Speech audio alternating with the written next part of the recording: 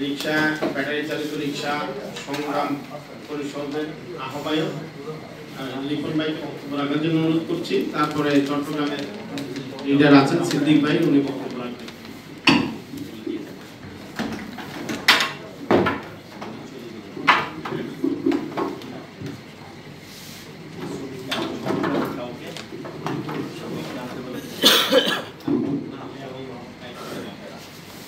যাত্রী কল্যাণ সমিতির উদ্যোগে আয়োজিত আজকে এই সংবাদ সম্মেলনের মোজাম্মেল জাতীয় কল্যাণ সমিতির মহাসচিব জমদার চৌধুরী, আমাদের শ্রদ্ধেয় অধ্যাপক স্যার, এবং এখানে আমাদের এই ইজিবাইক ব্যাটারি রিক্সা সংশ্লিষ্ট যারা আছেন এবং প্রিয় সাংবাদিক বন্ধুগণ যারা শুনছেন, সবাইকে রিক্সা ব্যাটারি রিক্সা ইজিবাইক সংগ্রাম পরিষদের পক্ষ থেকে শুভেচ্ছা জানাচ্ছি। আপনারা জানেন যে আমরা আশা করছি যে হয়তো আজকে দুপুরের মধ্যেই যে রিটটি হয়েছে তার এগেইনস্টে আমাদের সাথে যতটুকু আলোচনা হয়েছে আন্দোলনের প্রেক্ষিতে সরকার আজকে সেই রিটটি করতে বলে সেটা আপিল করবে এবং আজকে শুনানি হবে। আমরা আশা করছি দুপুরের মধ্যে হয়তো একটা পজিটিভ রায় আমরা পাবো। কিন্তু রায়টা পাওয়ার পরে আসলে আমার গন্তব্যটা কি, এটা গুরুত্বপূর্ণ জিনিস, যেটা নিয়ে আমরা গত 12 বছর ধরে লড়াই করছি, যে একটা নীতিমালা তৈরি করার জন্য।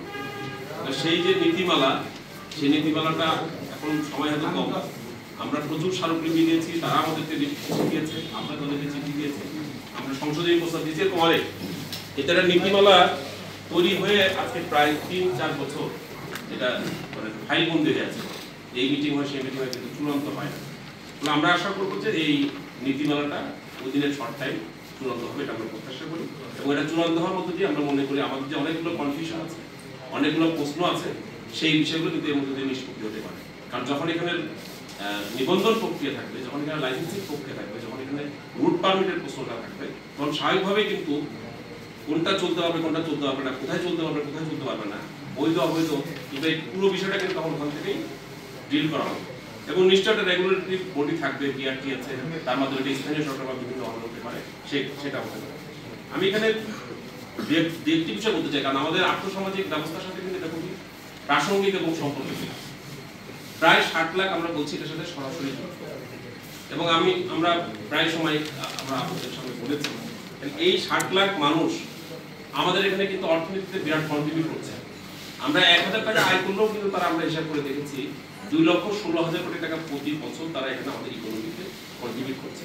এবং একই সাথে আমাদের যদি এখানে যে গাড়ির ব্যবসা বলি, ব্যাটারি ব্যবসা বলি, পার্টসের ব্যবসা বলি, এগুলো ইনক্লুড করলে প্রায় 3 লক্ষ কোটি টাকার একটা আমার কন্ট্রিবিউশন কিন্তু এই সেক্টর করছে।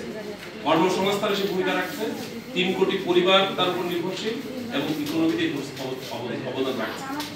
আমরা কিন্তু টাকা পাচার করি না। আপনারা জানেন বিগত সরকারের আমলে 15 বছরে 18 লক্ষ কোটি টাকা ঋণ খেলাপি হয়েছে এবং 16,60,000 কোটি টাকা তারা পাচার করেছে। আর আমরা যারা এই 60 লাখ মানুষ, আমরা কিন্তু এখানে কন্ট্রিবিউট করছি। সো আমরা মনে করি যে একটা নীতিমালা তৈরি করার মধ্যে এই জায়গাটা যদি আমাদের সেটা একটা জায়গায় আসবে। আর একটা বিষয়, সাশ্রয়ী যে কথাটা আসছে, এটা কিন্তু আমাদেরকে প্রায় বলা হয় আমরা বিদ্যুৎ চুরি করি, বিদ্যুৎ অপচয় করি। আপনারা জানেন আমাদের বিদ্যুতের উৎপাদন ক্ষমতা সক্ষমতা প্রায় 26,000-এর উপর মেগাওয়াট। আমাদের হয়তো সেটা উৎপাদন সর্বোচ্চ চাহিদা 14,000 মেগাওয়াট বা এরকম থাকে। অথচ আপনারা জানেন যে 2 টনের একটা এসি, সেটা যদি 8 ঘন্টা চলে তার 19 মেগাওয়াট বিদ্যুৎ লাগে। ওয়ারেস আমার 5টা গাড়ি এই 19 মেগাওয়াট বিদ্যুৎ দিয়ে আমার 5টা গাড়ি চলতে পারে সারাদিন।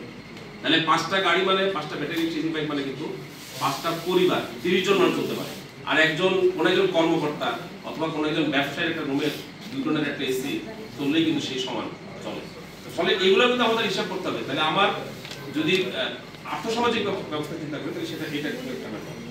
তারপরে যদি আপনি আরেকটু বিষয় বিবেচনা করেন, এটা পরিবেশ বান্ধব, এটা শব্দ দূষণ করে না, এটা বায়ু দূষণ করে না। হার্ড যেটা হচ্ছে কথা, সাশ্রয় যেটা আজকে বাজারের কথা একটু আগে আসলে আমরা দেখেছি যে 2 টনের একটা ট্রাক সে যদি একবার চার্জ দেয়, ব্যাটারি এই ইয়াতে চার্জ দিলে সে 550 কিলোমিটার সে যেতে পারে। তাহলে 550 কিলোমিটার যেতে গেলে তার যে চার্জিং খরচ, ইলেকট্রিক খরচ, সেটা হবে 956 টাকা। সমপরিমাণ দূরত্বে যদি আমি তেল চালিত গাড়ি নিয়ে যাই আমার খরচ হবে ৭,২৬০ টাকা। তাহলে ৭,২৬০ টাকা কোথায় ৯৫৬ টাকা। তাহলে আপনি চিন্তা করেন রংপুর থেকে বা বগুড়া থেকে যদি আমার আলুটা আসে, চালটা আসে, সবজিটা আসে, এটা এক ধাক্কায় তো ৬,০০০ টাকা আমার সেভ কমে যাচ্ছে।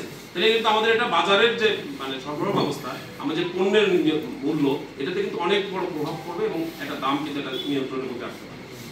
দ্বিতীয়ত যেটা খেয়াল করেন, আমাদের আজকে ডক্টর ইউনূস তিনি কি বলেন বাকু সম্মেলনে গিয়ে তিনি ৩টা জিরো থিওরি দিলেন। আমরা আগে শুনেছি সেটা, জিরো দারিদ্রতা, জিরো বেকারত্ব, জিরো কার্বন। আমাদের যে পরিবহন ব্যবস্থা এখন বাংলাদেশে আছে তেল চালিত, এটাতে কিন্তু আমাদের 17% কার্বন নিঃসরণ করা। তাহলে আপনি যদি কার্বন নিঃসরণ কমাতে চান তাহলে আমার কিন্তু এই সেক্টরকে, এই পরিবহনকে উৎসাহিত করতে হবে। এটা আর্থিকভাবে সাশ্রয়, এটা পরিবেশগতভাবে সাশ্রয়। ফলে আমরা মনে করি এখানে প্রথমে চীন থেকে এই গাড়ি আসলেও এখন কিন্তু আমাদের খেয়াল করবেন আমাদের বেশিরভাগ যে রিক্সাগুলো চলছে মোটা চাকা এবং আমাদের হোমমেড, কিন্তু আমাদের একদম অশিক্ষিত, যাদেরকে আমরা কোনো মূল্য দিই না যে মানুষদেরকে, সেই মানুষরাই কিন্তু এই গাড়িগুলো তৈরি করছে। কোনো শিক্ষা নেই যাচ্ছে, তারাই কিন্তু গাড়ি তৈরি করেছে। এবং এই গাড়িতে কিন্তু আজকে আপনি দেখবেন ঢাকা শহরে যেভাবে চলছে সেই গাড়ি কিন্তু কোথাও ফাঁকা নেই এবং মানুষ কিন্তু খুবই এটা